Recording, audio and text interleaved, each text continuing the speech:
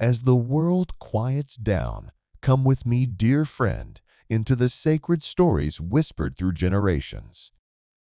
Tonight, we journey back in time, not to a clash of armies or a thunderous prophecy from a mountaintop, but to a quiet, desperate act of faith, carved in stone, deep beneath the clamor of a city on the brink.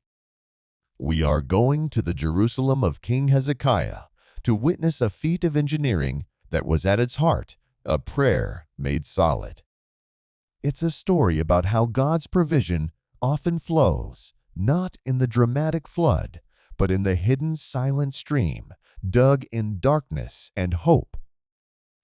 If this story of quiet faith and divine provision brings a sense of peace to your heart, please consider sharing it by liking this video and subscribing to the channel. Your support helps us to bring these messages of hope and stillness to more souls who may be seeking comfort in the night. It is a small act that helps a great deal. Now let go of the day. Release the tensions in your shoulders and the thoughts that race in your mind. Find a quiet space in your heart. Let us breathe in deeply, and as you exhale, give all your worries to God. Let us open ourselves to the wonder, the comfort, and the profound wisdom waiting for us in His Word. And now, find yourself in Jerusalem. The sun is setting, casting a final glorious glow upon the city. The light, thick and golden like honey, spills over the limestone walls, making the ancient stones appear soft and warm. You are standing on a flat rooftop, a common place for families to gather in the cool of the evening. From here, you can see the sprawling city, a labyrinth of narrow winding streets, whitewashed homes, and bustling courtyards. The air carries a unique blend of scents, the dry, dusty earth, the sharp fragrance of hyssop growing in wall crevices, the comforting aroma of baking bread from a dozen unseen ovens, and the faint, ever-present smell of sacrificial smoke drifting from the direction of the great temple.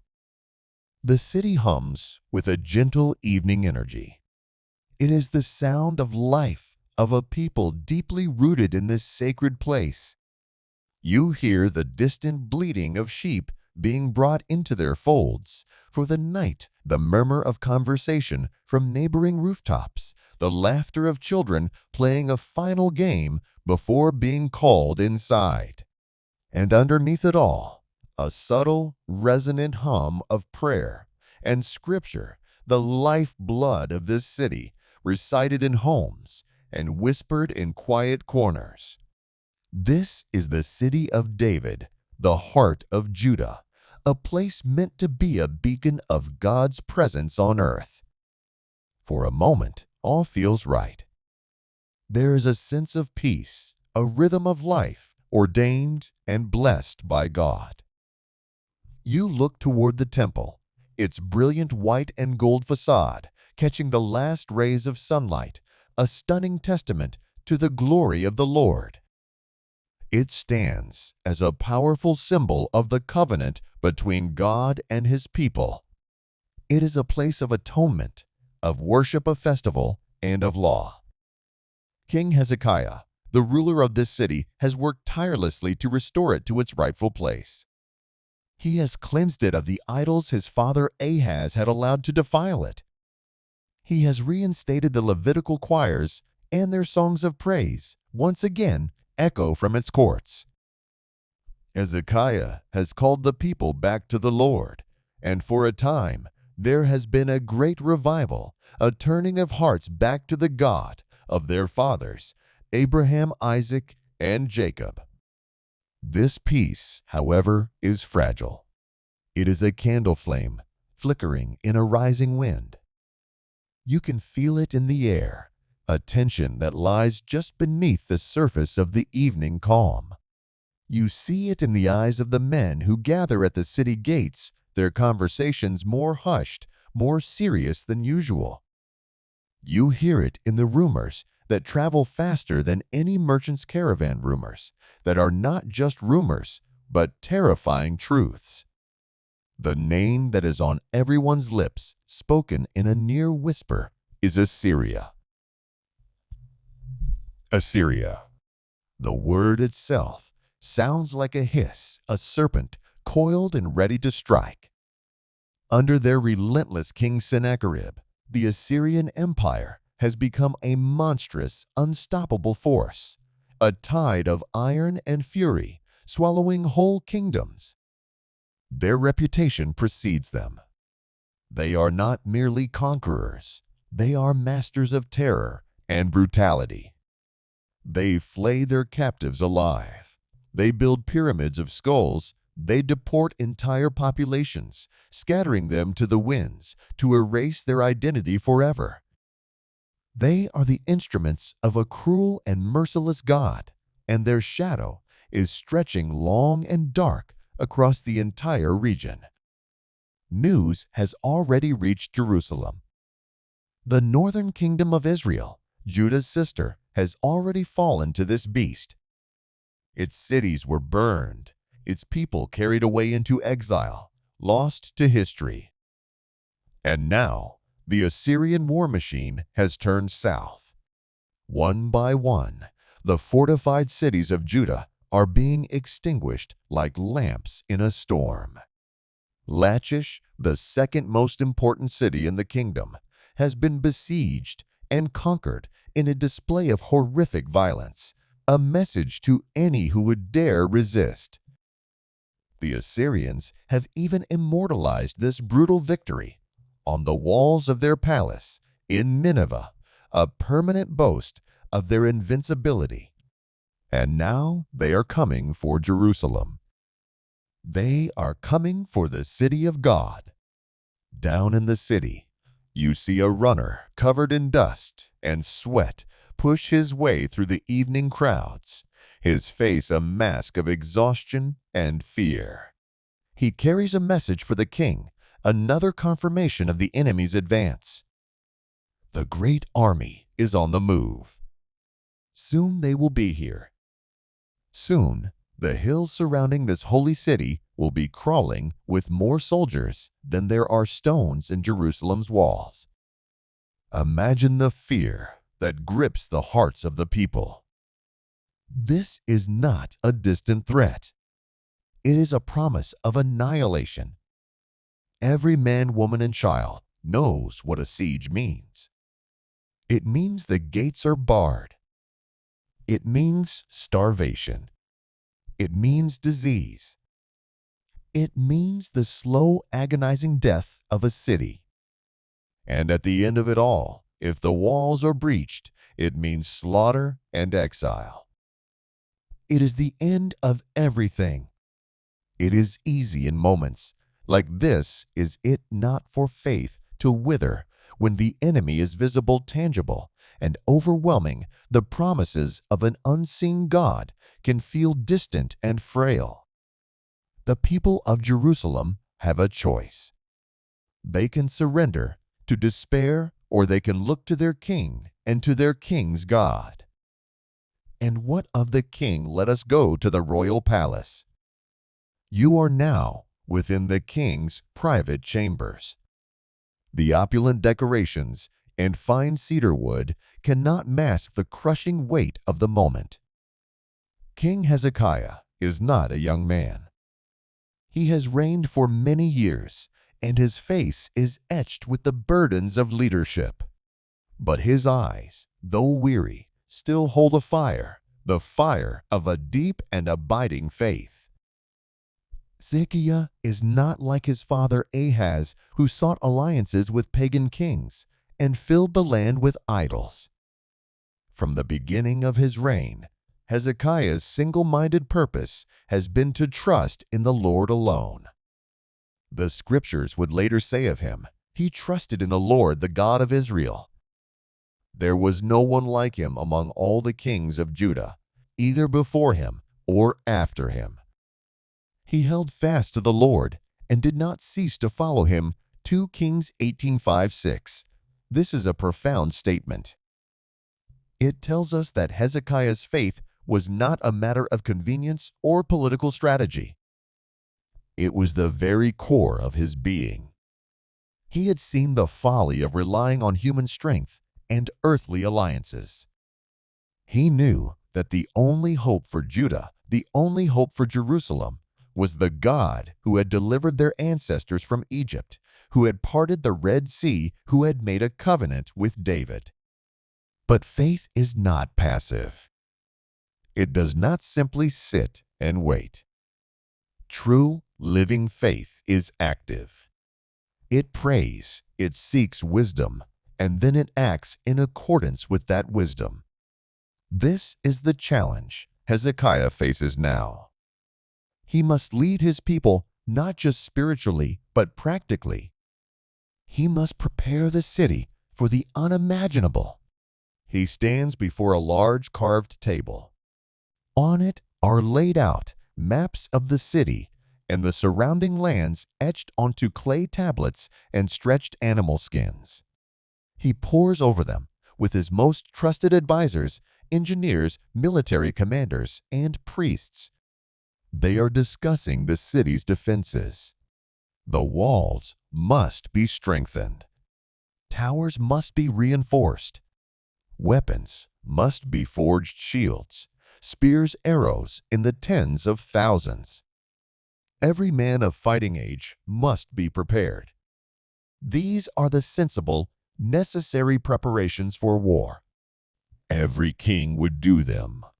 But Hezekiah knows that walls and weapons alone will not save them. The Assyrians have breached stronger walls than these. The true weakness of Jerusalem, the fatal flaw that every besieging army looks for, is not in its stone, but in its water. Let us follow the king's gaze as he looks at the map. He points a finger to a spot just outside the main city walls in the Kidron Valley. This spot is marked Gihon Spring. The Gihon. The name means gusher or burster forth. It is the city's lifeblood. For centuries, this single reliable spring has provided the water for all of Jerusalem. It is a miraculous gift from God in a dry and thirsty land. Every day, the women of the city make their way out through the gates down the steep slope to fill their clay jars at the mouth of the spring. It is a place of gathering of social life, a daily ritual that affirms God's constant provision. The water is cool, sweet, and unending. It is life itself, and it is completely exposed. It lies outside the city's defenses. In a siege, the Assyrians would have immediate control over it. They would not only cut off Jerusalem's water supply, condemning the people inside to a slow, agonizing death by thirst, but they would also have an abundant source of water for their own massive army. It is a strategic nightmare. It is the city's Achilles heel. The advisors around the table fall silent. They all know this. For generations, the kings of Jerusalem have lived with this vulnerability. What can be done to extend the city walls, to enclose the spring, would be a colossal time-consuming task, impossible with the enemy so near. Hezekiah closes his eyes. The room is filled with the scent of olive oil from the flickering lamps, which cast long dancing shadows on the walls. In this moment, the king is not just a military strategist. He is a man of prayer. The weight of his people's lives rests upon his shoulders. He carries this burden not to his generals first, but to his God. How often do we in our own lives try to solve our problems with our own strength? First, we build our own walls, forge our own weapons, and only when they fail do we turn to God as a last resort. Hezekiah teaches us a different way. His trust in God is not his final option. It is his starting point. It is the very lens through which he views the crisis. And in that quiet moment of prayer, a thought forms. An idea so audacious, so radical, so monumentally difficult that it seems impossible. It is a whisper of divine strategy, a spark of holy imagination. It is a plan born not of military textbooks, but of desperate faith. He opens his eyes, and they are clear. He looks at his advisors, his face set with a new and startling resolve. He will not try to build a new wall around the spring. He will not try to fight the Assyrians for control of the water. Instead, he will do something no one would ever expect. He will hide the water. He will stop up the source of the Gihon spring from the outside, concealing it completely from the enemy. And then he will dig. He will command his people to dig a tunnel. A tunnel carved through solid bedrock deep beneath the city of David. A tunnel that will start at the hidden spring and travel a third of a mile, a winding subterranean river, to empty into a new reservoir, a pool built safely inside the city walls. The men around him stare in stunned silence. A tunnel through the solid rock of the Judean hills. With the limited tools they have, bronze and iron picks, hammers, chisels. It would be an engineering feat of immense proportions, even in a time of peace with unlimited resources. To attempt it now, under the threat of imminent invasion, seems like madness. How would they even do it? How do you ensure two teams digging from opposite ends would meet in the middle deep in the dark earth? How do you provide air for the workers? How do you haul out the tons upon tons of rock and rubble without alerting the enemy? The logistics are staggering. The chances of failure are immense. We can learn something profound from this moment. God's solutions to our problems often seem, from a human perspective, completely illogical. They don't follow the straight, predictable path we would choose. He asks us to step out of the boat in the middle of a storm. He asks us to march around a city blowing trumpets. He asks us to dig a tunnel through a mountain of solid rock. His ways are not our ways. His thoughts are not our thoughts. His plans require a faith that is willing to look foolish in the eyes of the world. Hezekiah's advisors likely raised these very objections. They would have spoken of the cost, the manpower, the time. They would have argued for a more conventional, more realistic solution. But Hezekiah's faith gives him a different kind of sight. He is not just seeing the mountain of rock. He is seeing the God who created the mountains. He is not just calculating the difficulty. He is trusting in the one for whom nothing is impossible. He sees the project not as an act of human desperation, but as an act of partnership with God. Yes, his people will have to dig. They will sweat, and they will bleed, and they will toil in the darkness. But God will be their guide. God will direct their hands. God will be the silent engineer who aligns the path. So the decision is made. It is a quiet declaration of war, not just against Assyria, but against fear itself. It is a statement that the people of Jerusalem will not be defined by the threat outside their walls, but by the faith within their hearts. They will place their trust in the living water that God provides, even if they have to carve a path for it through the heart of the earth.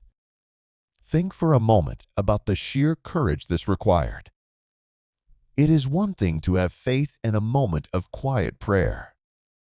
It is another to translate that faith into a plan that will demand the labor and sacrifice of thousands, a plan upon which the very survival of the nation depends. This is the intersection of the sacred and the secular, the point where prayer becomes policy, where faith becomes engineering. The king dismisses his counsel. The decision is set. He remains alone in his chamber for a long time. The maps are still on the table, but he is no longer looking at them. His gaze is distant, looking inward and upward. He is likely contemplating the enormity of the task ahead. He is praying for strength, for wisdom, for the unwavering support of his people. He is praying for a miracle of geology and engineering a quiet miracle to be performed in the dark, silent places of the earth. This project will not be a grand monument for all to see, like a new temple or a magnificent palace. Its success will be invisible, hidden deep underground. It is a humble, secret work. Its only witness will be God and the men who toil in the darkness. And is this not often how God works in our own lives? The most profound transformations, the most significant acts of faith often happen in the secret, hidden places of our hearts. It is the quiet decision to forgive the unseen battle against a persistent sin, the long, slow work of cultivating patience or kindness. It is a work done not for public applause, but for the approval of God alone. Hezekiah's tunnel is a physical manifestation of this spiritual truth. Salvation will come not with a loud trumpet blast, but with the quiet, persistent, rhythmic thud, thud, thud of a pickaxe striking rock in the deep, silent dark. As you leave the palace and walk back through the hushed streets of the city, you can feel the change in the atmosphere. The news of the king's decision will begin to spread, whispered, from one person to another. Some will be filled with hope, inspired by their king's bold faith. Others will be filled with doubt, scoffing at the impossible folly of it all. The city will be divided, as people always are when faced with a choice between fear and faith. You return to your rooftop vantage point. The moon has risen now, a sliver of silver in the inky sky, casting a pale, ghostly light over the city. The sounds have mostly died down. Jerusalem is sleeping, or at least it is trying to sleep, but it is an uneasy rest. It is the sleep of a city holding its breath, waiting. You look out beyond the walls into the dark rolling hills where the enemy is massing. The threat is real. It is immense. And then you look down toward the Kidron Valley, toward the Gihon Spring, and you imagine the work that is about to begin. A secret work. A silent war being waged against thirst and despair. This is where the story truly begins. Not with the clash of swords, but with the first strike of a pickaxe against stone. It is a story of hope being carved out of hopelessness, of a river of life being coaxed from a heart of rock. It is a testament to a king who understood that true security is not found in high walls, but in deep faith, and that the God who provides the water can also provide the way.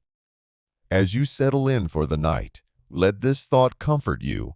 Even when you are surrounded by overwhelming threats, God is already at work in the deep hidden places, carving out a path of deliverance for you that you cannot yet see.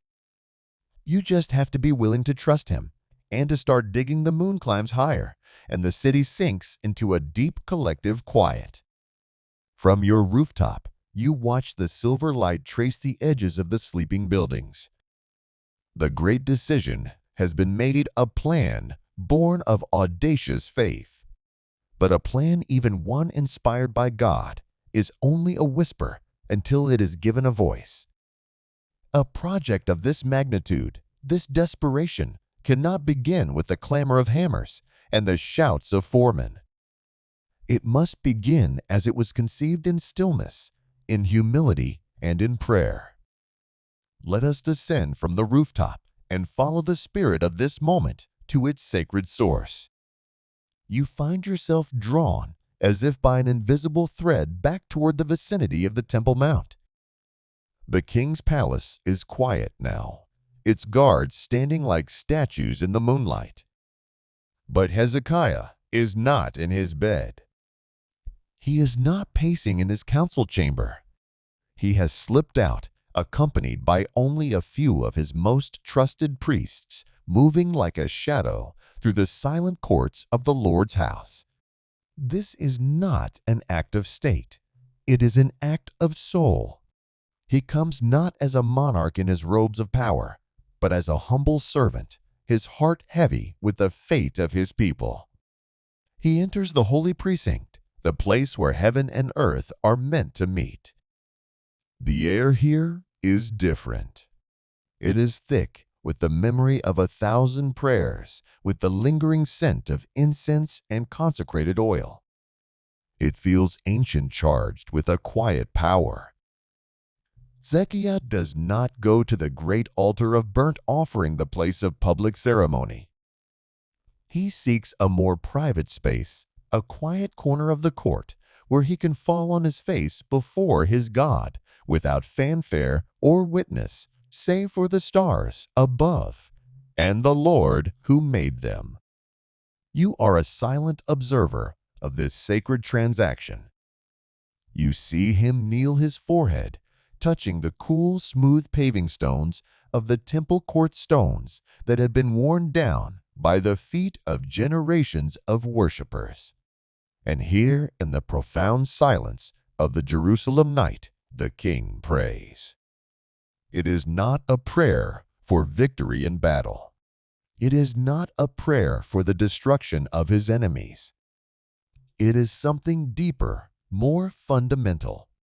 It is a prayer of utter and complete dependence. First, you sense is a prayer of confession. Hezekiah knows the history of his people. He knows their covenant with God is a two-way promise. He acknowledges the sins of his father Ahaz, who turned his back on the Lord.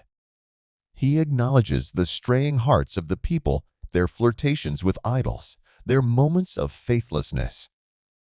He does not approach God with a sense of entitlement, but with a heart of repentance, understanding that God's judgment is just. Lord, his soul seems to cry out, "We are not worthy of your deliverance. We have failed you, but you are a God of mercy. Remember not our transgressions, but your covenant." This is a powerful lesson for us. Before we ask God for his help in our great projects, we must first humble ourselves. We must align our hearts with his, acknowledging our own weakness and his supreme holiness. True prayer begins not with our list of demands, but with God's rightful place on the throne of our lives. Then the king's prayer shifts. It becomes a prayer of remembrance. He calls to mind the great acts of God in the past. He remembers the parting of the Red Sea when his ancestors were trapped between a furious army and an impassable sea, and God made a way where there was no way. He remembers the manna in the desert water from a rock. He remembers David, the shepherd boy, who faced a giant with nothing but a sling and a boundless faith in God. He is reminding himself, and in so appealing to the very character of God. You are the God who has done this before. His prayer continues. You are the God of the impossible, the God of Abraham, Isaac, and Jacob.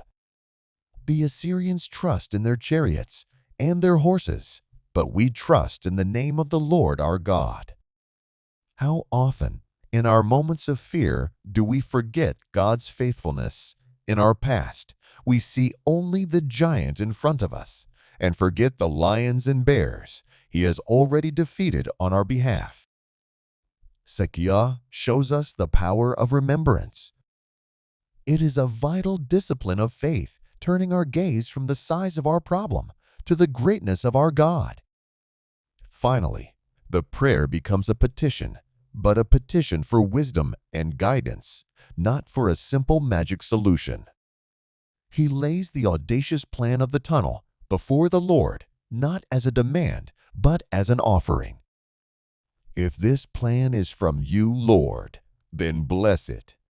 Guide the hands of the engineers. Give strength to the arms of the workers. Let their picks strike true. If we are to dig from two ends, guide us to meet. Be our surveyor, our master builder. And Lord, grant unity to your people. Silence the voices of doubt and fear. Bind their hearts together in this great work. He is praying for the details. This shows a faith that is not abstract or theoretical, but intensely practical. He understands that God is not just concerned with the final outcome, but is intimately involved in the process. God cares about the angle of the chisel, the strength of the laborer, the morale of the foreman. He is a God who is present in the work. He is the Lord of the grand vision and also the Lord of the daily grind.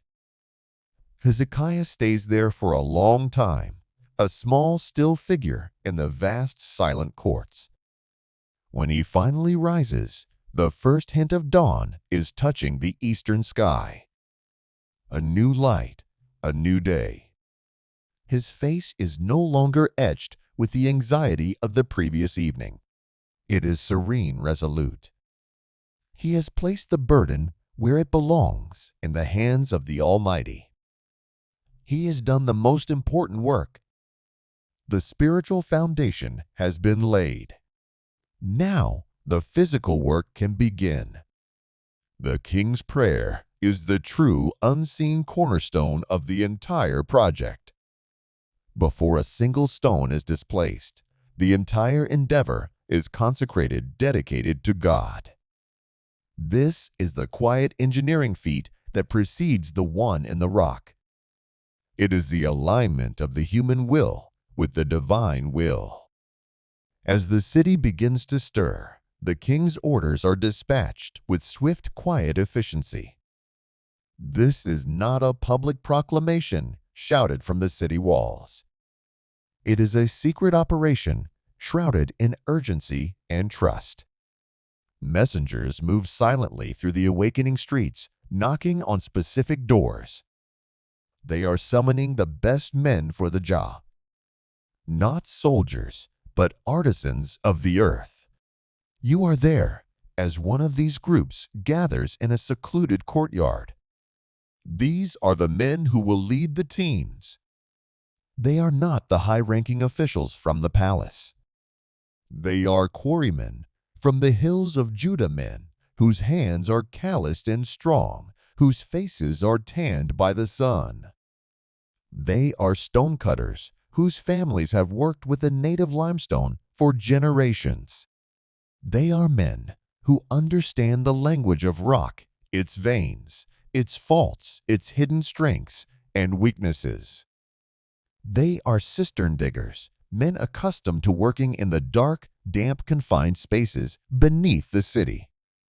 Among them are the engineers, perhaps Levites, who have charge of the temple's maintenance men, who understand principles of measurement and water flow. They are practical men, men of skill and experience. They look at the king's plan, not with the eyes of a soldier or a priest, but with the critical eye of a builder. They understand the immense, almost insurmountable challenges. Imagine their hushed, intense conversation. They discuss the tools they have. There is no dynamite, no advanced machinery. There are only iron picks, heavy hammers, bronze chisels, and wedges. The work will be punishingly slow. For every foot of progress, hundreds of pounds of rock and rubble will have to be chipped away and hauled out by hand. They discuss the problem of air. How will the men breathe deep inside a tunnel, hundreds of feet from any opening? They will need to devise a system of bellows, or perhaps the tunnel's gentle slope will create a natural draft. They discuss the problem of light. The darkness in the tunnel will be absolute a physical presence. They will work by the flickering, smoky, oxygen-consuming light of small clay oil lamps, their tiny flames casting a feeble glow against an infinite blackness. And they discuss the greatest problem of all navigation. The plan calls for two teams to dig toward each other from opposite ends. The Gihon Spring is on the eastern side of the ridge known as the City of David. The target, the location for the new pool, the Pool of Silomo, is on the western side. They must dig a meandering S-shaped course to follow a softer layer of karst limestone, avoiding the harder dolomite. How can they possibly ensure they will meet? They have no modern surveying equipment, no lasers, no GPS. To miss even by a few feet would mean catastrophic failure. The entire project would be for nothing. The city would die of thirst. Humanly speaking, it is a gamble against impossible odds. The engineers and foremen know this better than anyone. They look at the king, then at each other. You see the doubt in some of their eyes. But you also see something else, a flicker of resolve, a deep-seated loyalty to their king, and a shared quiet faith in their king's God. They are being asked to do the impossible, but they are not being asked to do it alone. The king's faith is contagious. It has moved from his heart to theirs. They will do their part, the swinging of the pick, the measuring of the angles, and they will trust God to do his. The ancient scholars often pondered this mystery, believing that the guidance was more than just skill. Perhaps they mused the engineers, listened to the very rock itself tapping on the surface, and following the resonant sounds that indicated the softer layers. Perhaps they were masters of a lost art of sound-based surveying. Or perhaps, and this is the thought that settles most deeply in your heart, God himself impressed the path upon their minds. Perhaps every swing of the pick was guided by a wisdom beyond their own. This is where human effort and divine providence meet and become indistinguishable. The men are divided into two companies. The first company is led down into the Kidron Valley in the dead of night. The work here must be done with utmost stealth. The Gihon Spring gushes forth from a small cave at the base of the hill. It is the life of the city, and they are about to choke it off. You can feel the tension as the men work. Every sound, the scrape of a shovel, a dislodged stone rolling down the slope, seems to echo in the silence, a potential signal to an unseen Assyrian scout. They build a rough temporary dam, diverting the powerful flow of the spring. Then, with great effort, they begin to block the original opening of the cave, piling large boulders and concealing them with earth and scrub, trying to make it look as if it were nothing but a natural part of the hillside. There is a profound symbolism here. They are sealing off the old vulnerable source of life in order to create a new protected one. It is an act of incredible faith to willingly stop your only supply of water, trusting that you can create a new channel for it before it is too late. It is a step into the unknown, a burning of the bridge behind them. As the last stone is put in place, the familiar comforting sound of the gushing spring is muffled, then silenced. The valley is eerily quiet.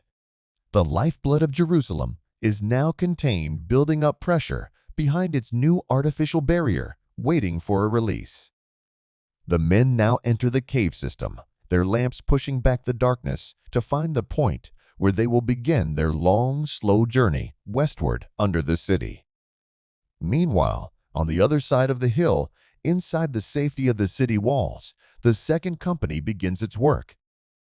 Their starting point is in a low-lying area that will one day become the Pool of Siloam.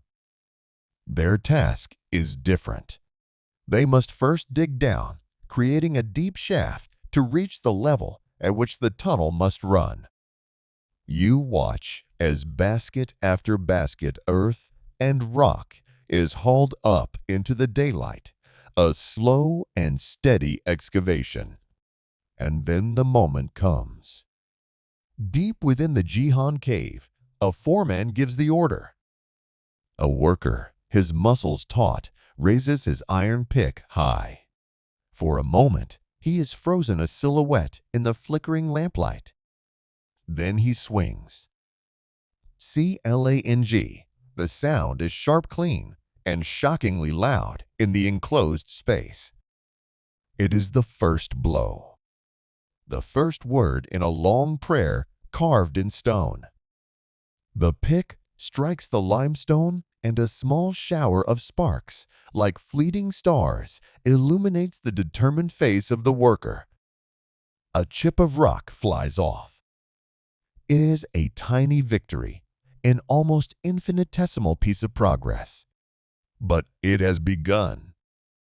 Simultaneously, at the bottom of the shaft, on the other side, another pick strikes the rock face, beginning the journey eastward. Clang. The sound echoes up the shaft and is swallowed by the sounds of the city. No one above ground knows what has just begun beneath their feet. They do not hear the first notes of the symphony of salvation being played out in the dark. This is where faith becomes tangible. It is no longer just a feeling in the king's heart or a whisper in the temple court. It is now the jarring vibration in a worker's arms. It is the taste of stone dust in his mouth. It is the sweat stinging his eyes in the lamplit dark. Faith has put on its work clothes. Think about the beginnings of the great tasks in your own life. The start is often not glorious. It is a single small difficult action. The decision to study for a degree begins with opening a book to the first page. The journey of recovery begins with one phone call. The building of a relationship begins with a single vulnerable conversation. Hezekiah's tunnel begins with one swing of a pickaxe. We must not despise these small beginnings. For in every faithful first step, no matter how small, the power of God is unleashed. The journey of 1,000 miles, or in this case, a tunnel of 750 feet, begins with this single strike. As you stand there, in the spirit, witnessing these two beginnings, you are struck by the beautiful paradox of it all. To save the city from an external threat, the people of Jerusalem must turn inward. To secure their life-giving water from the enemy above, they must go deep into the earth below. Their salvation will not come from looking up at the sky for a sign, but from looking down at the rock beneath their feet and beginning the hard, humble work they have been called to do. The work will be slow, grueling, and hidden from all eyes. But for now, in the dark, a rhythm has begun. The steady metronomic sound of picks against rock. Clang, clang, clang. It is the heartbeat of hope beating deep within the stone. A quiet promise that God is at work, carving a new future for his people in the most unlikely of places. The first strikes have been made. The prayer has turned to action. Now, the long, slow, arduous work truly begins. The days and nights merge into one continuous cycle of labor, hidden from the sun, deep within the belly of the rock. Let us go down into the darkness with the workers. Let us feel what they feel and see what they see, for it is in this unseen toil that the real story unfolds. You find yourself in the tunnel. The first thing that strikes you is the darkness. It is a profound and total blackness, unlike anything you have experienced on the surface. It is not merely the absence of light. It feels like a physical substance, thick and suffocating. It presses in on you from all sides, swallowing sound, disorienting your senses. The only defiance to this absolute night comes from the small clay oil lamps. They are placed in niches carved into the tunnel wall every few feet. Their single wicks burn fitfully, casting a weak yellow-orange glow that seems to be absorbed by the darkness just a few feet away. The light dances and flickers, creating a world of shifting, monstrous shadows. The muscular forms of the workers appear and disappear, their faces illuminated for a moment in intense concentration, then swallowed again by the gloom. The tunnel walls, wet and glistening, seem to move and breathe in the unsteady light. It is a disorienting, almost hypnotic environment. Then there is the air. It is heavy, damp, and cool. It smells of wet earth, of limestone dust, and of the metallic tang of chiseled rock. It is also thick with the smoke from the oil lamps and the exhalations of the laboring men. Oxygen is a precious commodity here. You feel a tightness in your chest, a constant awareness of every breath. The foremen have to be vigilant, ensuring a flow of air from the entrance. But the deeper they go, the more sluggish and stale the atmosphere becomes. The men learn to pace themselves to work in a rhythm that conserves their strength and their breath. And then there is the sound. The silence is punctuated by the sharp, rhythmic chink, chink, chink of iron picks striking the rock face. It's a sound that gets into your bones, the defining pulse of this subterranean world. It is accompanied by the duller thud of hammers on wedges, used to split larger sections of rock, and the grating scrape of shovels clearing the rubble. Voices are kept low, commands given succinctly. There is no energy to waste on idle chatter. And in the brief moments of rest, when the picking stops, the loudest sound is the dripping of water. Water is everywhere. It seeps from 1,000 tiny fissures in the limestone, a constant reminder of their goal. It trickles down the walls, tracing silver paths in the lamplight. It forms cold puddles on the uneven floor, soaking the workers' leather sandals and the hems of their tunics. It makes the handhold slick and treacherous. This water is both a promise and a nuisance. It is the very thing they are digging toward, yet its constant presence makes their work harder, colder, and more miserable. It is a small reflection of a great spiritual truth. Often the blessing we seek is intertwined with the hardship we must endure to receive it. You are now standing with the team digging from the Jihan side. The tunnel here is narrow, barely wide enough for one man to work at the face while another clears the rubble behind him. It is claustrophobic, confining. The ceiling is low. The men must work in a crouched or kneeling position, their muscles screaming in protest. the man at the front. His name could be Eliab or Joshua or Daniel. He is not a soldier or a scholar. He is a father, a husband, a common man of Jerusalem. But here in the dark, he is a warrior. His face illuminated by the lamp placed in a niche just beside his head is a mask of intense focus. His hair is matted with sweat and stone dust. His back and shoulders are knotted with muscle, straining with each swing of the heavy pick. He finds a rhythm. Swing, strike, pry, swing, strike, pry. His world has been reduced to this single repetitive motion. He is not thinking about the Assyrian army. He is not thinking about the king's grand strategy. He is thinking only of the few inches of rock in front of him. His goal is not the pool of Siloam a third of a mile away. His goal is to dislodge the next stone. This is a profound lesson in faith and perseverance. When faced with an overwhelming task, we can become paralyzed by its sheer scale. But God does not ask us to complete the entire journey in one leap.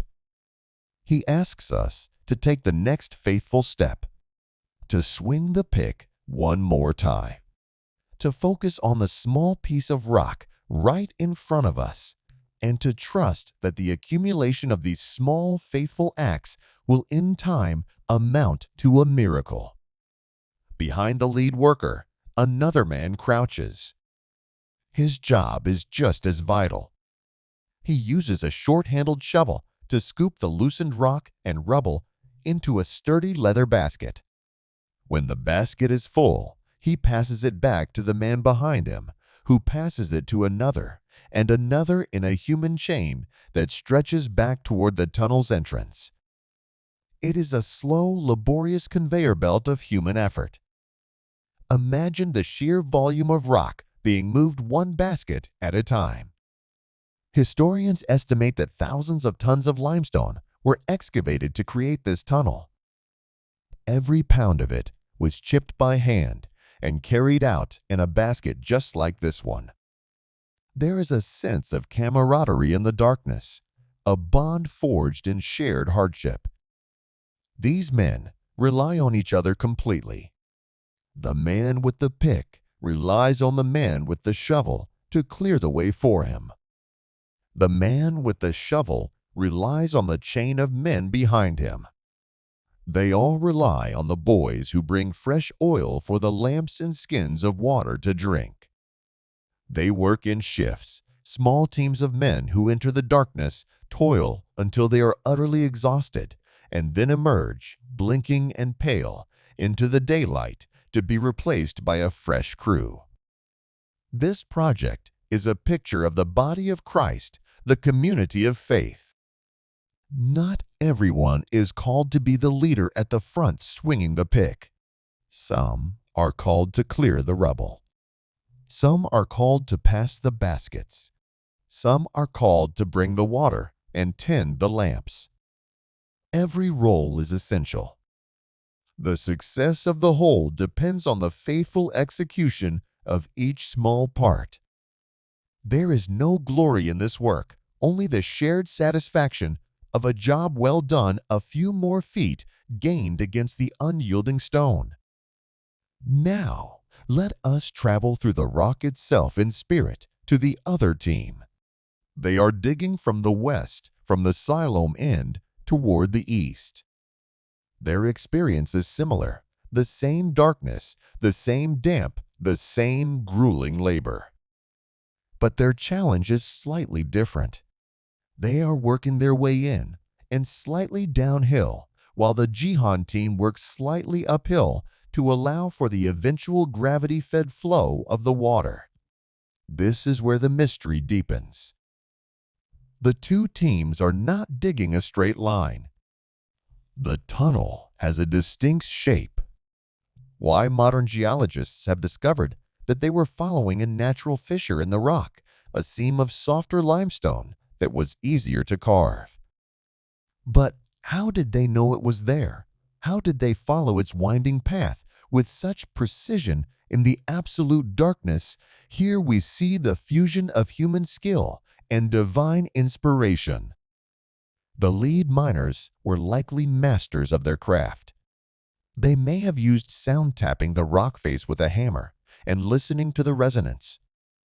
A dull thud would indicate hard, dense rock. A more hollow ringing sound might suggest a softer seam or a fissure ahead. They were listening to the rock, letting it guide them. This is a beautiful metaphor for how we navigate our own lives in faith. We are often in the dark, unable to see the full path ahead. We cannot see our final destination. But God asks us to listen for His still small voice, to pay attention to the subtle cues, the gentle nudges of the Holy Spirit. He doesn't always show us the whole map, but He will guide us around the hard places along the path of His choosing if we are willing to listen and obey one step at a time. The diggers were not just digging, they were listening. And in their listening, they found the way. There must have been moments of great discouragement. Days when the rock seemed impossibly hard, when progress was measured in inches, not feet. Days when a pickaxe handle would split or a lamp would fall and extinguish, plunging a section of the tunnel into terrifying blackness until a new light could be brought. There must have been moments when the men, their bodies aching and their spirits weary, wondered if this was all for nothing. Were they just digging their own graves? Was the team on the other side even there? Or were they lost digging in the wrong direction? Doubt is a natural human response to prolonged unseen effort. It is the whisper of the enemy in the dark. This is pointless. God has forgotten you. You are alone. In those moments, the workers had to rely on something more than their own strength. They had to rely on the promise given to them by their king and the king's faith in his God.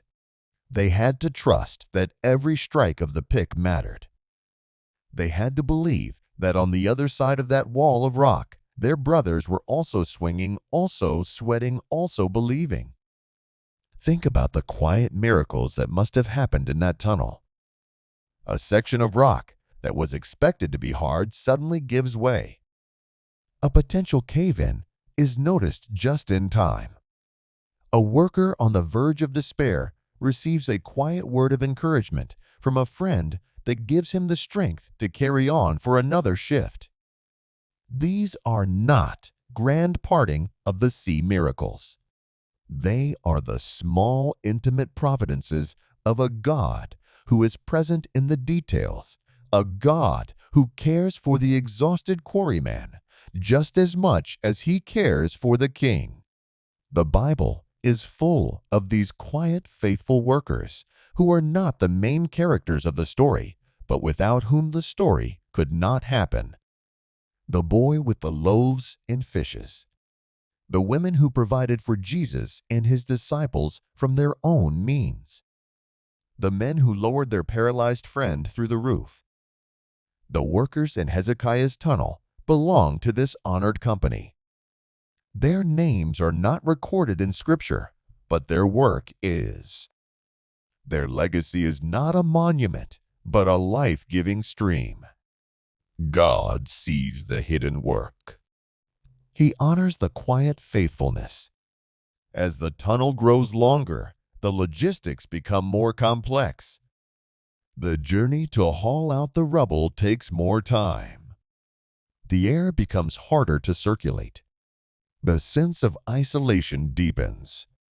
The men are now hundreds of feet from daylight, separated from the world above by a massive mountain of solid rock. Up on the surface, the city is a hive of nervous activity. The strengthening of the walls continues. Weapons are being stockpiled. Food is being rationed. And the rumors from the outside grow more dire. The Assyrian vanguard has been spotted.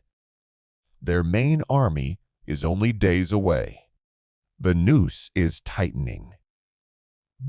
You can imagine the conversations in the city squares. What is this foolishness the king is doing, wasting our best men on some mad scheme, digging in the dark when we need them on the walls? Where is the water? The rations are already low. We will die of thirst before this tunnel is ever finished.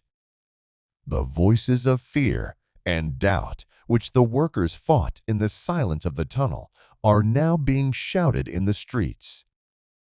Hezekiah must have heard these murmurings. The pressure on him would have been immense.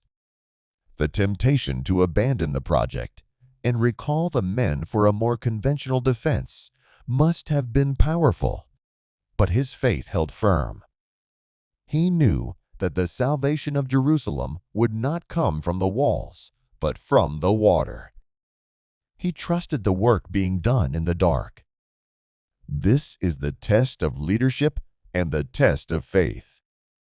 To hold to a God-given vision when everyone around you is succumbing to fear. To keep encouraging the workers when the goal is still out of sight.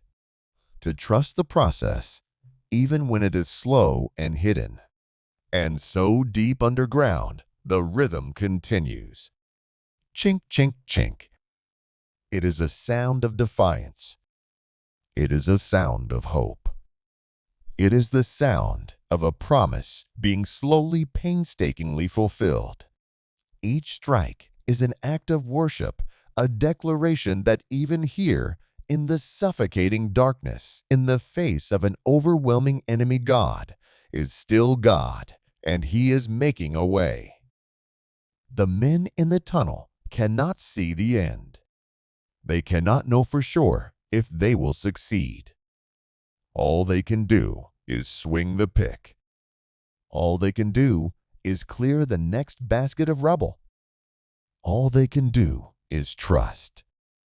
And in the dark heart of the earth, a river of hope is being born 1 inch, 1 foot, 1 faithful swing at a time. The rhythmic heart of Jerusalem now beats deep underground, a steady chink, chink, chink that the city above cannot hear. But while this secret work of faith continues in the dark, the world of daylight is closing in, and the city's heart is beginning to beat with the frantic rhythm of fear. The shadow of Assyria is no longer a distant threat on the horizon. It is a monstrous reality massing at the gates. Let us rise from the cool, damp darkness of the tunnel and return to the sun-scorched streets of Jerusalem. The atmosphere has changed dramatically. The gentle evening hum of life you once felt has been replaced by a taut, nervous energy. The air is thick with dust and apprehension. The strengthening of the city's defenses is no longer a preparatory measure. It is a desperate last-minute scramble. You see men everywhere, their faces grim, their movements hurried. They are reinforcing the outer wall, patching breaches, adding height with whatever materials they can find: stones, timber, even rubble from demolished houses. The prophet Isaiah would later record this desperate activity. You counted the houses of Jerusalem and tore down houses to fortify the wall. Isaiah 22:10. Imagine the sacrifice. Families watching their own homes being dismantled, their private stones becoming part of the public defense. It is a sign of the city's collective will to survive, but also of its rising panic. The city gates, once bustling with the free flow of merchants and pilgrims, are now sealed shut. Heavy wooden beams are dropped into place, and the gates are barricaded with stone and earth. Jerusalem is now a cave. Nothing gets in and nothing gets out. The city is officially under siege. And then you see them. From your vantage point on the fortified wall, you look out upon the surrounding hills, and your breath catches in your throat. The Assyrian army. It is not an army. It is a nation on the march. A sea of humanity that seems to stretch to the horizon. Tens of thousands of soldiers. You see the glint of the sun on a forest of iron spear tips and bronze helmets. You see the disciplined ranks of archers, the heavy infantry with their large shields, the formidable cavalry on their powerful war horses. And you see the siege engine's massive wooden towers on wheels, great battering rams with iron heads shaped like grinning monsters, catapults capable of launching heavy stones to smash the city's defenses.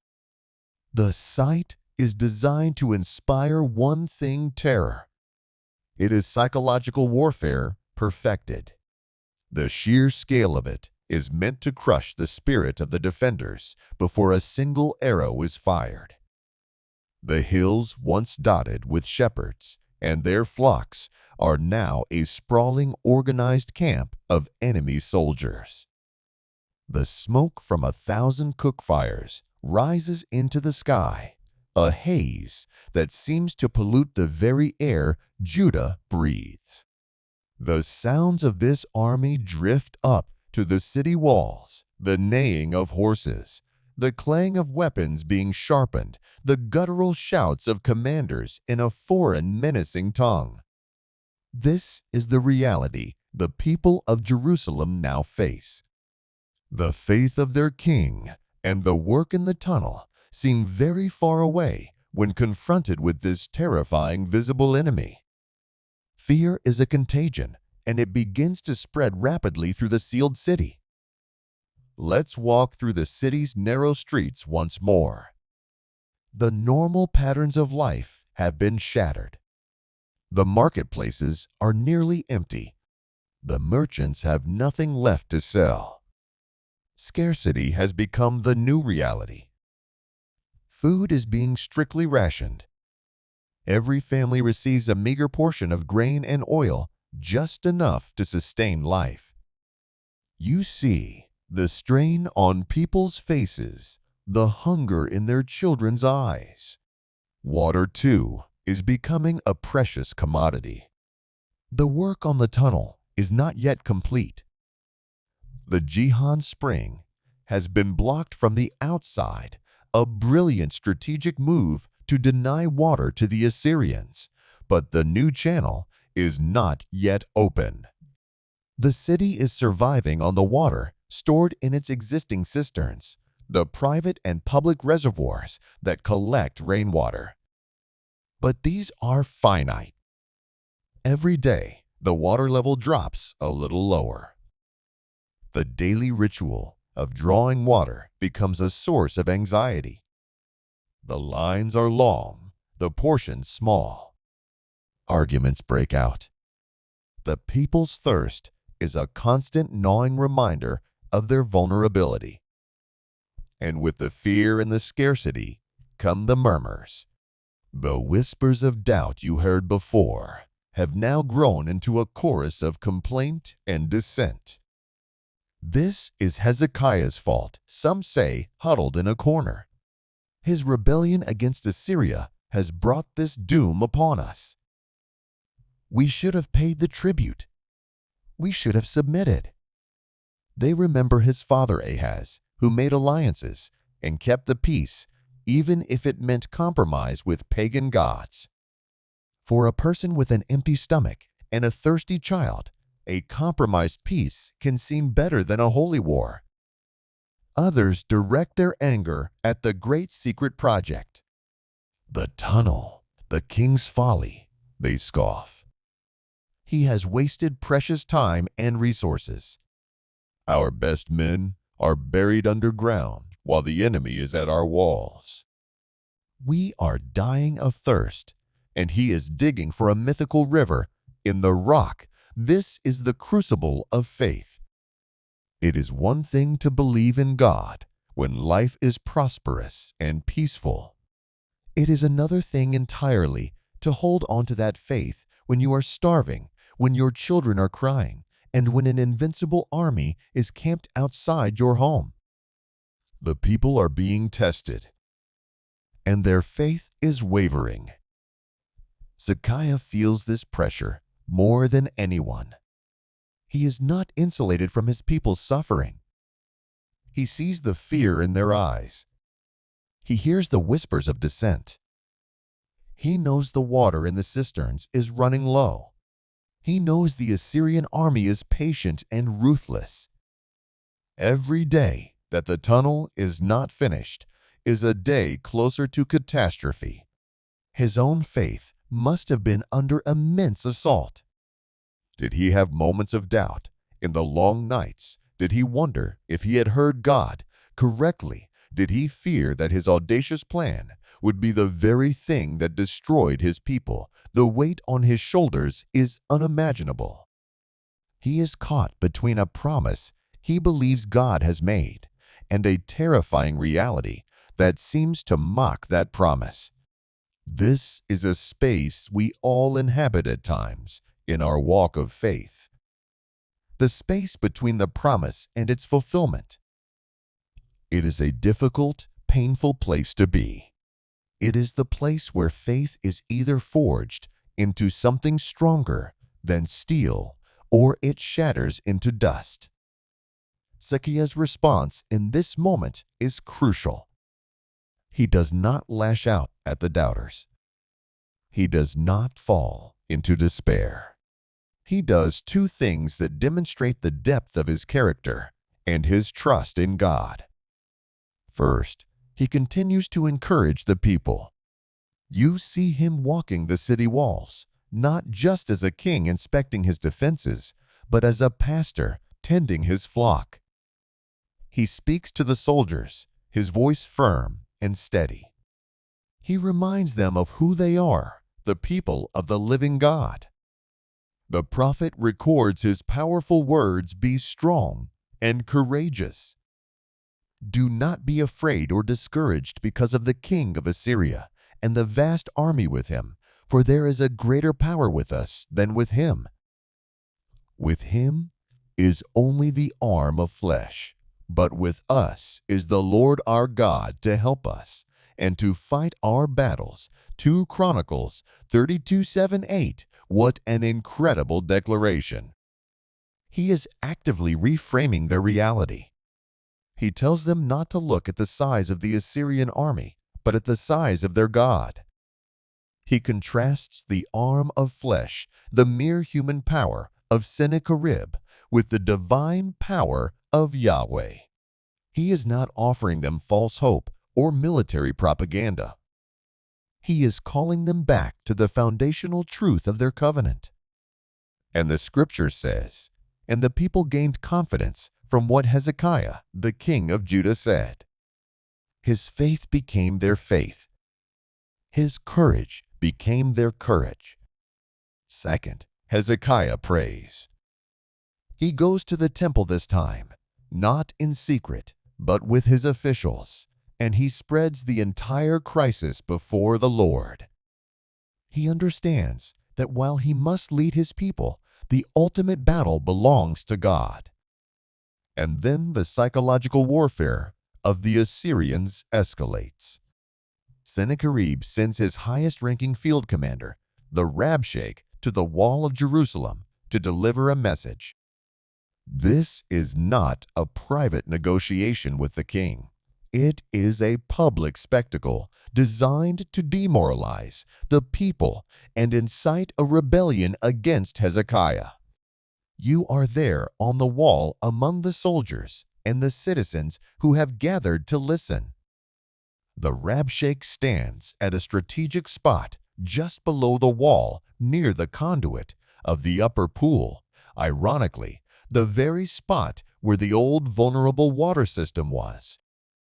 He is a commanding, arrogant figure. and he does not speak in Assyrian or Aramaic, the diplomatic language of the day. He shouts in Hebrew, the language of the common people of Judah, so that everyone on the wall can understand his every word. His speech is a masterpiece of intimidation and temptation. He mocks their trust in Egypt for help, calling it a splintered reed that will pierce the hand of anyone who leans on it. Then he attacks their faith in God directly. Do not let Hezekiah deceive you by saying the Lord will deliver us. Has the God of any nation ever delivered his land from the hand of the king of Assyria? Where are the gods of Hamath and Arpad? Where are the gods of Sepharvaim? Have they rescued Samaria from my hand? Who of all the gods of these countries has been able to save his land from me? How then can the Lord deliver Jerusalem from my hand? 2 Kings 18:29-35. This is the ultimate blasphemy. He is equating the living God, the creator of heaven and earth, with the powerless carved idols of the pagan nations the Assyrians had conquered. He is striking at the very heart of Judah's faith. You can feel the horror and fear ripple through the crowd on the wall. The enemy's words are like poisoned arrows, finding their mark in the people's anxious hearts. Then the Rabshakeh sweetens his threat with a tempting offer. He speaks directly to the people, bypassing the king. Do not listen to Hezekiah. Make peace with me and come out to me. Then each of you will eat from his own vine and fig tree, and drink water from his own cistern, until I come and take you to a land like your own 2 Kings 18:31-32. He is offering them peace, food, water, everything they lack. He is promising them a comfortable exile, painting a picture of a gentle relocation, completely masking the brutal reality of Assyrian deportation policy. It is the classic temptation: forsake your faith, compromise your principles, and I will give you immediate tangible comfort. Give up on your unseen God and your difficult hope, and take this easy, visible solution. Hezekiah's officials are terrified. They beg the Rabshakeh to speak in Aramaic so the common people will not understand. But he only shouts louder. It is a moment of supreme crisis. How will the people respond? Will they listen to the voice of fear? Will they rise up against Hezekiah? But the king had given them a wise command beforehand: do not answer him. Do not say a word. And so a remarkable thing happens. The people on the wall, though their hearts are pounding with fear, remain silent. They do not shout back. They do not engage. They offer the enemy nothing but a wall of resolute silence. It is an extraordinary act of discipline and unity, a testament to their trust in their king's leadership. Their silence is more powerful than any shouted retort. It tells the Rabshakeh that his psychological weapon has failed. The people of Jerusalem will not be broken by words. Their faith, though battered, is holding. When Hezekiah hears the report of the Rabshakeh's blasphemous words, he tears his clothes, puts on sackcloth, and goes to the house of the Lord. He sends his officials to the prophet Isaiah, the great voice of God in the city. The king's message to the prophet is one of utter humility. This is a day of distress and rebuke and disgrace. Pray for the remnant that still survives. 2 Kings 19:3. For Hezekiah has done all he can do. He has fortified the walls, encouraged the people, and commissioned the great tunnel. Now the crisis has surpassed all human solutions.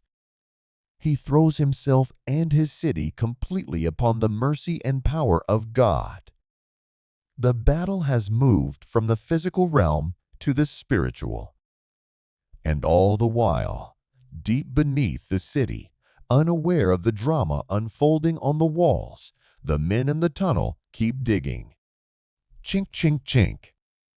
Their work has become even more critical. They are no longer just digging a tunnel. They are digging against the clock, against the rising tide of fear and thirst. Their quiet, steady labor is Jerusalem's unspoken answer to the Rabshakeh's arrogant shouts.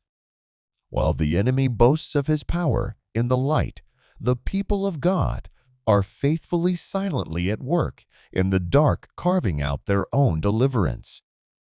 Their persistence in the face of hopelessness is the truest act of faith. The wall of silence has held against the Rabshakeh's verbal assault, but silence does not fill an empty stomach or quench a parched throat. The siege grinds on. The days bleed into one another, each one marked by a smaller ration of bread, a lower water line in the cisterns. The hope ignited by Hezekiah's words is a flame that requires constant tending, lest the winds of despair extinguish it completely. While the king and the prophet Isaiah engage in a spiritual battle of prayer against the blasphemies of Sennacherib, the physical battle for survival is reaching its breaking point. And its focus, its entire nexus of hope and failure, is in the dark, silent earth beneath the city. Let us descend once more into the tunnel, back into that world of flickering lamplight and damp, cool air. Weeks have passed. The work has been relentless. The two teams of diggers have carved their way through hundreds of feet of solid rock. They are now deep inside the Ophel Ridge, a great mountain of stone separating them. The entrances are distant memories. They are in a world of their own, making a testament to sheer dogged persistence. The progress has been remarkable, a miracle of labor. But now they face the most critical and uncertain phase of the entire project. They believe they are getting close. The foremen have been meticulously tracking their progress, counting every foot, calculating the angles. According to their best estimates, the two teams should be nearing each other. But their best estimate is still just a guess, an act of faith projected onto a map of unseen rock. Imagine the psychological pressure on the men. For weeks, they have been digging with only faith to sustain them, faith that another team is digging toward them. Now that faith is about to be tested.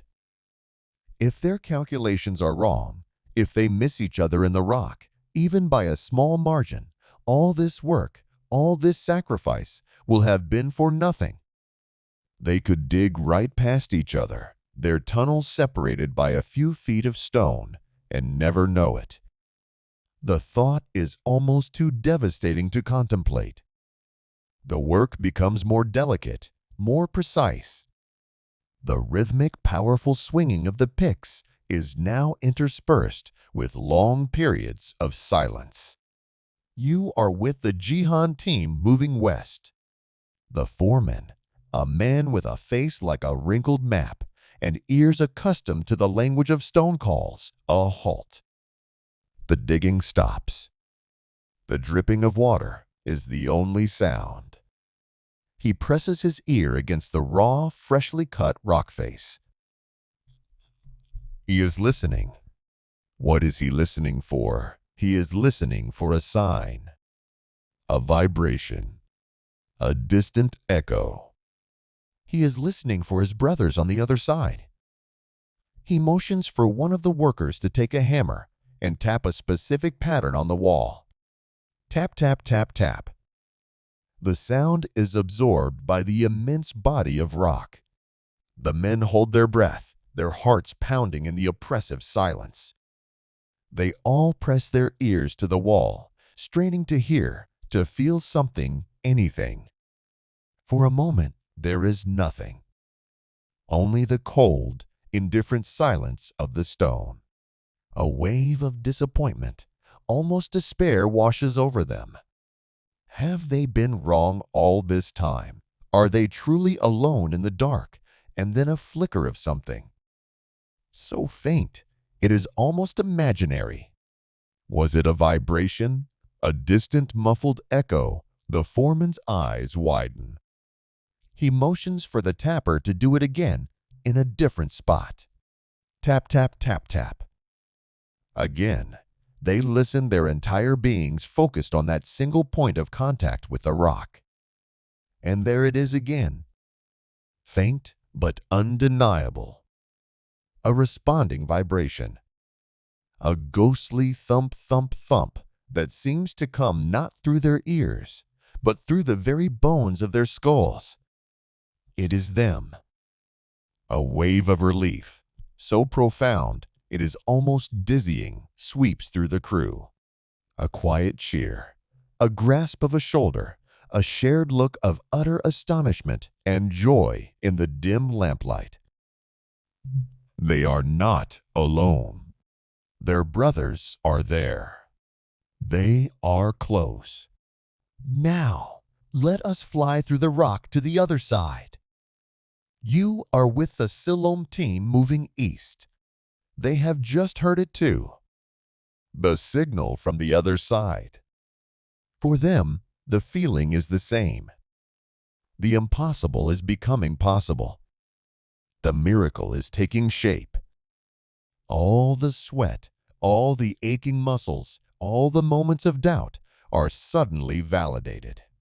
Their faith has been rewarded with a sign. An ancient inscription was later found carved into the wall of the tunnel near the Siloam end, a first-hand account of this very moment. The Siloam inscription, one of the oldest examples of Hebrew writing in existence, tells the story from the workers' perspective. It is their testimony, their legacy.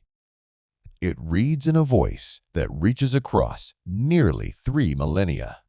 While there were still 3 cubits to be cut through, the voice of a man was heard calling to his fellow, for there was a zeta in the rock on the right and on the left. What is this word? Zeta scholars have debated it for centuries. It seems to mean a fissure, a crack, or an overlap. It suggests that as they got closer, they could hear each other's voices through a natural crack in the rock that connected their 2 paths.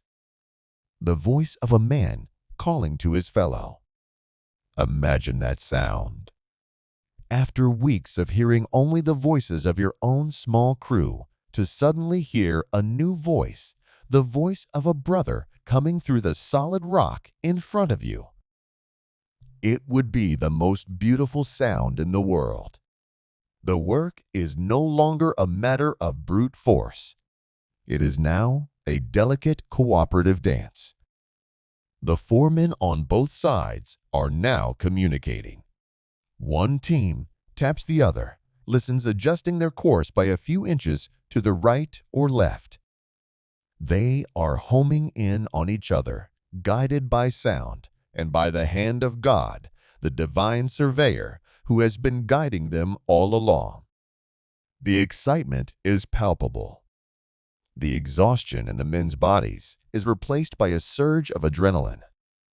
They are no longer just digging. They are racing toward a reunion. The final few feet of rock are all that separates them. This is the moment that all of Jerusalem has been praying for, waiting for, even if they did not know it. The fate of the city hangs on what happens next in this small, cramped space deep underground. The scripture says that faith is the assurance of things hoped for, the conviction of things not seen. For weeks, these men have been living by that conviction. Now, they are about to receive the assurance. Their unseen hope is about to become a seen reality. This is the sacred moment when God's promise breaks through into our tangible world. The final wall of rock is now only a few feet thick. The sound of the other team's picks is no longer a faint echo.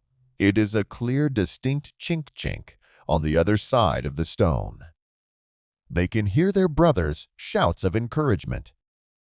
They are so close.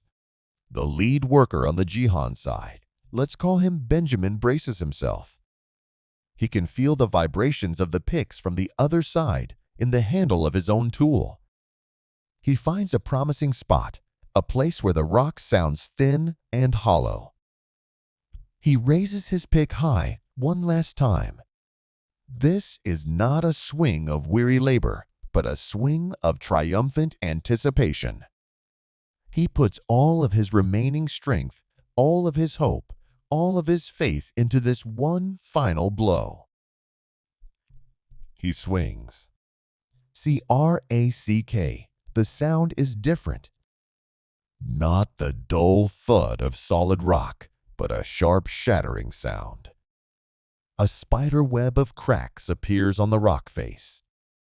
And then a small piece of stone falls inward into the darkness on the other side. A hole.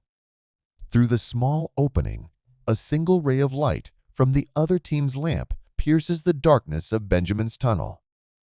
It is the most beautiful light he has ever seen. Through the hole, a human voice. "We are here." A great joyous roar erupts from both sides. The men attack the remaining wall with a renewed frantic energy. Picks and hammers rain down blows. The hole widens. Rocks and rubble are pulled away by eager hands. Soon the opening is large enough for a man's head and shoulders. Benjamin, the lead worker, peers through the opening, and he sees in the flickering lamplight the face of another man, grimy with sweat and dust, grinning with an expression of pure, unadulterated joy. It is the lead worker from the Salom team. For a moment, they just stare at each other, two ordinary men who have accomplished an extraordinary feat. Then a hand reaches through the opening. Benjamin grasps it. This is the meeting. The handshake in the heart of the mountain. It is a moment of profound sacred triumph. Pickaxe has met pickaxe. Brother has met brother. It is a victory not of steel and strength, but of persistence and faith. It is a testament to what is possible when human effort is aligned with divine guidance. The inscription captures this joyful climax, and on the day of the breakthrough, the stonecutters struck each man towards his fellow pickaxe against pickaxe. And the water flowed from the source to the pool for a distance of 1,200 cubits. The breakthrough. That moment when all the unseen work finally comes to light. It is a powerful metaphor for our own spiritual lives. We toil, we pray, we persevere in the dark, often wondering if our efforts make any difference. We are digging our own tunnels of faith, of character, of service. And then one day, there is a breakthrough. A prayer is answered. A heart is changed. A relationship is healed. A light shines in the darkness. We connect with the very thing God has been building toward us all along. The workers waste no time in celebration. The tunnel is breached, but the work is not finished. They quickly widen the opening, creating a clear passage. The two tunnels are now one. A single winding, continuous channel carved through the heart of the rock. The engineers move in their faces a mixture of professional pride and reverent awe. They have done it. The impossible has been achieved. They quickly survey the final channel, ensuring the gradient is correct, clearing any final obstructions. The tunnel slopes gently, a drop of about 7 feet over its entire 1,750-foot length. It is a marvel of subtle, precise engineering. It is ready. The moment of truth has arrived. The final command is given. The crew at the Jihan Spring begins to dismantle the rough temporary dam they built weeks ago. With immense effort, they roll away the boulders and clear the earth that has been holding back the full force of the spring. For a moment, there is a deep gurgling sound as the pent-up water finds the new opening. And then, with a great joyous rush, the living water of the Jihan surges into the mouth of the tunnel. It is a sound of liberation, of life unleashed. A new river is born in the darkness. The water, cool and clear, begins its journey. It flows into the channel so painstakingly carved for it. It washes over the rocky floor where the men had toiled, cleansing it of the dust and debris of their labor. It follows the winding S-curve, guided by the path laid out for it. Imagine being one of the workers standing in the finished tunnel as that first wave of water rushes past your ankles, cool and cleansing. It is the physical manifestation of your answered prayer. All the sweat, the pain, the fear, it is all washed away in this moment. You have not just dug a ditch, you have created a channel for God's blessing. You have become a co-worker with God in the salvation of your people. The water flows on through the darkness, following the path of faith, making its way steadily, inevitably, toward the other end of the tunnel, toward the waiting heart of the city. The quiet engineering feat is complete. The stage is set for the final act of Jerusalem's deliverance. A new river flows in the darkness, a secret artery of hope pumping life into the heart of a dying city. The breakthrough has occurred. The handshake in the heart of the mountain is complete, and the waters of the Jihan Spring, once wild and vulnerable, have been tamed and guided into their new protected channel. But the journey is not yet over. The water must complete its course, and the people of Jerusalem, parched and beleaguered, must receive the gift that has been prepared for them in the deep, silent places. Let us follow the water. You feel its cool, vibrant energy as it surges through the newly carved tunnel. It is a triumphant procession. It washes over the very spots where men had knelt in exhaustion, where oil lamps had sputtered, where doubts had been fought and conquered. The water is claiming this space, sanctifying it. The tunnel born of human sweat and toil is now baptized, becoming a holy conduit, a vessel for God's provision. The sound of the rushing water fills the subterranean passage. It is a sound of pure life, a stark contrast to the weeks of rhythmic metallic clanging. It is the sound of a promise fulfilled. As the head of the stream travels through the darkness, it pushes a wave of fresh, cool air before it flushing out the stale, smoky atmosphere of the work crews. It is a cleansing, a renewal, a new breath for a new beginning. Meanwhile, on the surface at the tunnel's destination point, a crowd is gathering. Word has spread like wildfire through the anxious city. The breakthrough has happened. The water is coming. The people of Jerusalem, their faces thin from rationing and etched with the worry of the long siege flock, to the low-lying area on the southwestern side of the city. This is the place that the second team of diggers had started from, the place that is about to be transformed. It is a dusty, excavated basin, a large raw pit in the earth surrounded by piles of rock and rubble hauled up from the tunnel. It is not a place of beauty. It is a construction site, a scar on the city's landscape. But to the people gathered here, it is the most beautiful sight in the world. This is the Pool of Siloam. The name Solomon means sent, a prophetic name for the place that would receive the water that God had sent to them through the rock. King Hezekiah is there, his face no longer showing the strain of a desperate leader, but the serene, grateful expression of a man who has witnessed a miracle. His priests and officials are with him. The engineers and foremen stand nearby, their work-stained clothes and calloused hands, a badge of honor.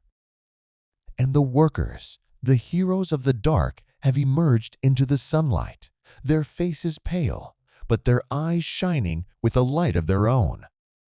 They are mobbed by a grateful populace, hailed as saviors. But the real focus of attention is the dark, unassuming hole at the bottom of the basin, the mouth of the tunnel. It is from this dark opening that salvation is expected to emerge. The people press forward, their eyes fixed on that spot. There is a hush of anticipation. The air is electric.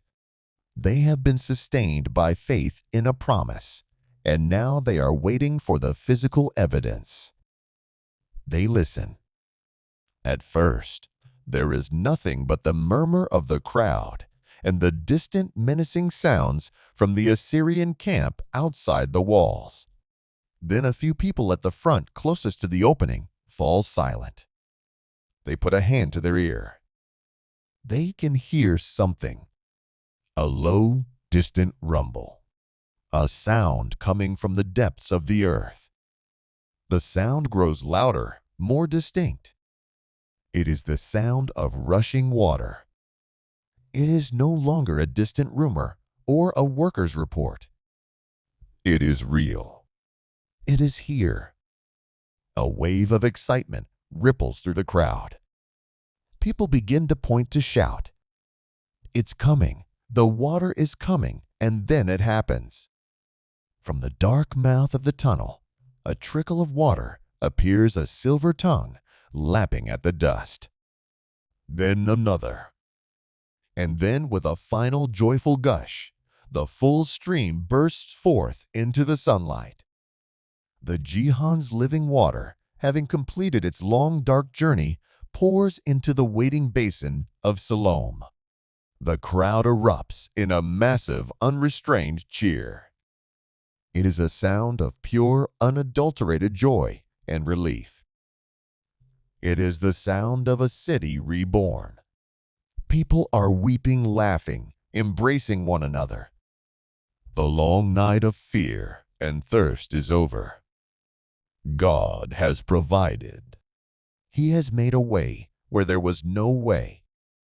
He has brought a river from a rock. The water, sparkling and clear in the bright Judean sun, begins to fill the pool. Children who have known only meager water rations for weeks splash at its edges, their delighted shrieks a song of praise. Old men and women weep openly, tears of gratitude streaming down their faces. They have seen the salvation of the Lord. Hezekiah falls to his knees, his hands raised to heaven, his face a picture of profound thankfulness. His prayer of desperation in the temple court has been answered in the most spectacular, tangible way. This is not just an engineering victory, it is a spiritual vindication. The Lord God of Israel is alive, and He has not abandoned His people. This moment is a powerful illustration of God's faithfulness. His promises may seem to gestate in darkness and silence. The process may be long, arduous, and hidden from our eyes. But in His perfect timing, the blessing will break forth into the light. The water will flow. The provision will arrive. The pool of Siloam is a monument to the truth that God's delays are not His denials. The practical implications are immediate and transformative. The city now has a secure, abundant internal source of fresh water. The threat of dying by thirst is gone. The morale of the people is resurrected. The whispers of doubt are silenced, replaced by a renewed and powerful faith. The water in the pool is more than just H2O. It is liquid hope. It is a visible, tangible sign that God is with them and for them. The news of this event must have had a profound impact on the Assyrian army as well. Their primary strategy to let Jerusalem die of thirst has been utterly thwarted. They may have noticed the Gihon spring had dried up and celebrated what they thought was a victory. Now, somehow inexplicably, the city of Jerusalem is celebrating its people refreshed. It would have been a baffling, demoralizing turn of events for the besiegers. How can you defeat a people whose God provides them with a secret river? But the story does not end here. The provision of the water is the physical deliverance, but God has planned a spiritual one as well. Sennacherib, enraged by Jerusalem's defiance, and this inexplicable turn of events, sends one last message to Hezekiah. It is a letter filled with the same blasphemous arrogance as the Rabshakeh's speech mocking the king's trust in the Lord. Hezekiah takes this letter, this written challenge to God's sovereignty, and he goes to the temple. He does not just read it to God. The scriptures say he spread it out before the Lord, 2 Kings 19:14. It is a beautiful physical act of surrender. He lays the enemy's arrogant words at God's feet, as if to say, Lord, this is your battle now. This is an insult against your name. Defend your own honor. Hezekiah's prayer is one of the most powerful in all of Scripture. He acknowledges God's supreme power over all the earth, contrasting him with the man-made idols of the other nations. And he concludes with a plea that is not just for his own survival, but for God's glory. Now, Lord our God, deliver us from his hand, so that all the kingdoms of the earth may know that you alone, Lord, are God. God hears this prayer. He sends a message back through the prophet Isaiah, a message of stunning power and poetry. He speaks directly to Sennacherib through the prophet, mocking the Assyrian king's pride. And then he makes a promise, I will defend this city and save it for my sake, and for the sake of David, my servant, 2 Kings 19:34. That night, the final quiet miracle occurs. It is not a miracle of engineering, but of divine intervention. The Bible describes it with stark, terrifying simplicity. That night, the angel of the Lord went out and put to death 185,000 in the Assyrian camp. When the people got up the next morning, there were all the dead bodies. 2 Kings 19:35. There is no battle, no clash of swords, no breach of the walls, just a profound, deathly silence from the enemy camp. The great invincible army of Assyria, the terror of the ancient world, is broken overnight by the silent hand of God. The arm of flesh has been shattered. The God who brought water from the rock has now brought deliverance from the sword. Sennacherib, the arrogant king, limps home in disgrace, his mighty army decimated. The siege is over. Jerusalem is saved. The quiet engineering feat of the tunnel and the quiet, devastating act of the angel of the Lord are 2 parts of the same story. They show us the dual nature of faith. God calls us to act, to work, to dig, to use all the skill and strength and wisdom He has given us. We must do our part. We must dig the tunnel. But ultimately, our salvation rests in His hands alone. He fights the battles we cannot win. We dig in the dark, and He dispatches angels in the night. Our faithful work and His sovereign power work together for our deliverance. Years later, centuries later, the same pool of Siloam would be the setting for another profound story of God's power. Jesus, the Messiah, would come across a man born blind. He would make mud with His own saliva, anoint the man's eyes, and give him a simple command: go, wash in the pool of Siloam. John 9:7. The man, in an act of simple faith and obedience, goes and washes in the very pool that was born from Hezekiah's faith. And when he washes, his eyes are opened. He receives his sight. Do you see the beautiful divine poetry? The pool that brought physical life and salvation to a city under siege from a foreign king now becomes the place where the King of Kings brings spiritual life and salvation to a man under the siege of darkness. The water that flowed through a channel of faith now becomes the instrument for a new kind of sight, the ability to see Jesus as Lord. Hezekiah's tunnel was not just about water for a city. It was a prophecy carved in stone, pointing forward to the true living water, Jesus Christ, who brings light to our darkness and satisfies the deepest thirst of our souls. As you reflect on this incredible story, let the peace of it settle over you. Think of the quiet courage of Hezekiah, who chose faith over fear. Think of the unseen faithful labor of the workers in the tunnel, a reminder that God honors our hidden persistent efforts. Think of the miraculous meeting in the rock, a testament to God's guidance in the dark. And think of the final glorious gush of water into the pool, a symbol of God's unfailing promises, which always break forth into the light at the proper time. Whatever siege you may be facing in your own life, an illness, a financial struggle, a crisis of faith, remember the lessons of Hezekiah's tunnel.